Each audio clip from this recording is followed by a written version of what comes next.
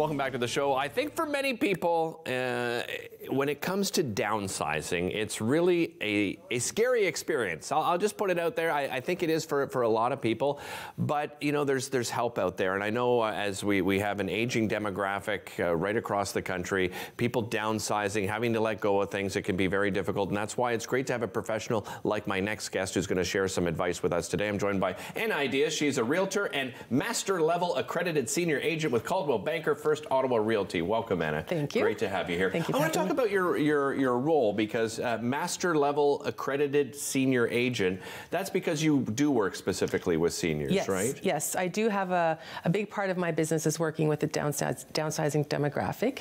I work with other clients too, but that's sort of my niche. Right. They often can need a lot of help. You know, how many times have you moved? I have moved a lot. Right. My mom was a house flipper at one point, and so we moved 11 times in 13 years. Wow. I know how to move. Let me tell you, I can pack. I can pack like nobody else, Anna. So it's a lot of work, though, right? Oh my goodness, yeah. So imagine you're in your mid-80s. All right, so perhaps your children live out west, maybe you're a widower or a widow, maybe you haven't sold a home in 40, 50, 60 years, right? So it can be really daunting for sure for a lot of people who are looking at downsizing. And you've accumulated so much, right? Things. And to downsize, you're going from a 3-bedroom, 3-bathroom, right, into maybe a 1 or 2 bedroom apartment. Exactly. That can be difficult. Yeah. So what's the starting point? How do you go about, you know, even to plan it? So the downsizing plan is really important for a couple of reasons. One, you want to move by choice, not by circumstance. Right. So if you have a plan put together, when you are ready to move, it removes sort of the stress from it all. So things in the plan would be, where do you want to move to? Can I afford it? Right? Yeah. Do I want to stay in the neighborhood? Do I want to move closer to the kids? Do I want to rent instead of buy? So all of those questions are really important to think about and put into the plan so that, again, you're not stressed out at the last minute trying to figure out where you want to go. Are most clients surprised when you bring up all those things that they haven't thought about many of them? Yeah, because it can be very daunting. I mean, great, the plan is a fantastic idea, Anna, but where do I start? Right? So it's the starting. A lot of people are ready to go, but they don't know where to start. So the first part of that whole process is, if you own a home, is figuring out what your home is worth. Yeah. Once you have that number, then you can figure out, where do I want to go? Where can I go? And then once you have that figured out, then, okay, now what do I got to do to sell my home?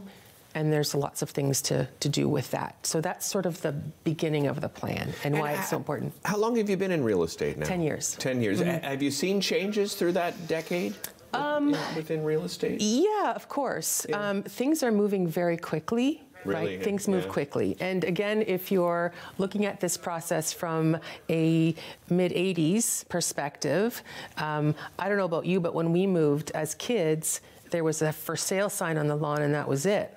Right. Now things are really different, right? Right. Now buyers are very savvy. We stage homes. We sometimes spend a little money and effort to upgrade things to increase the value. Of course. Technology is awesome for us in the industry, but again, looking at the client that we're serving, it can be really daunting, right? Yeah. What do you mean electric signature? I don't know what that means. What is all of that? Right. And things move really quickly. Yeah. So it's really important to have a plan and have people working with you that sort of walk you through the process so that, you know, we're working on your time, not ours. Yeah, I'm even thinking of my mom and my stepfather. You know, my mom's 78 years old. My stepfather's 81, and they're not on the internet, right? And as you just said, technology is a big part of it. So there's a lack of understanding of how important that really is to selling your home. Because I can tell you, whenever I bought a home, since technology's come along, if the pictures are terrible, I'm not even visiting. Exactly. Right. Exactly. So I guess that's part of the offering that as a real estate agent you have to give now, right? Absolutely. Like the staging and the photos and the marketing. Yeah. How important is all that now? It's so important. Yeah. And it's really important to educate clients in that demographic as to the importance of this stuff. Right.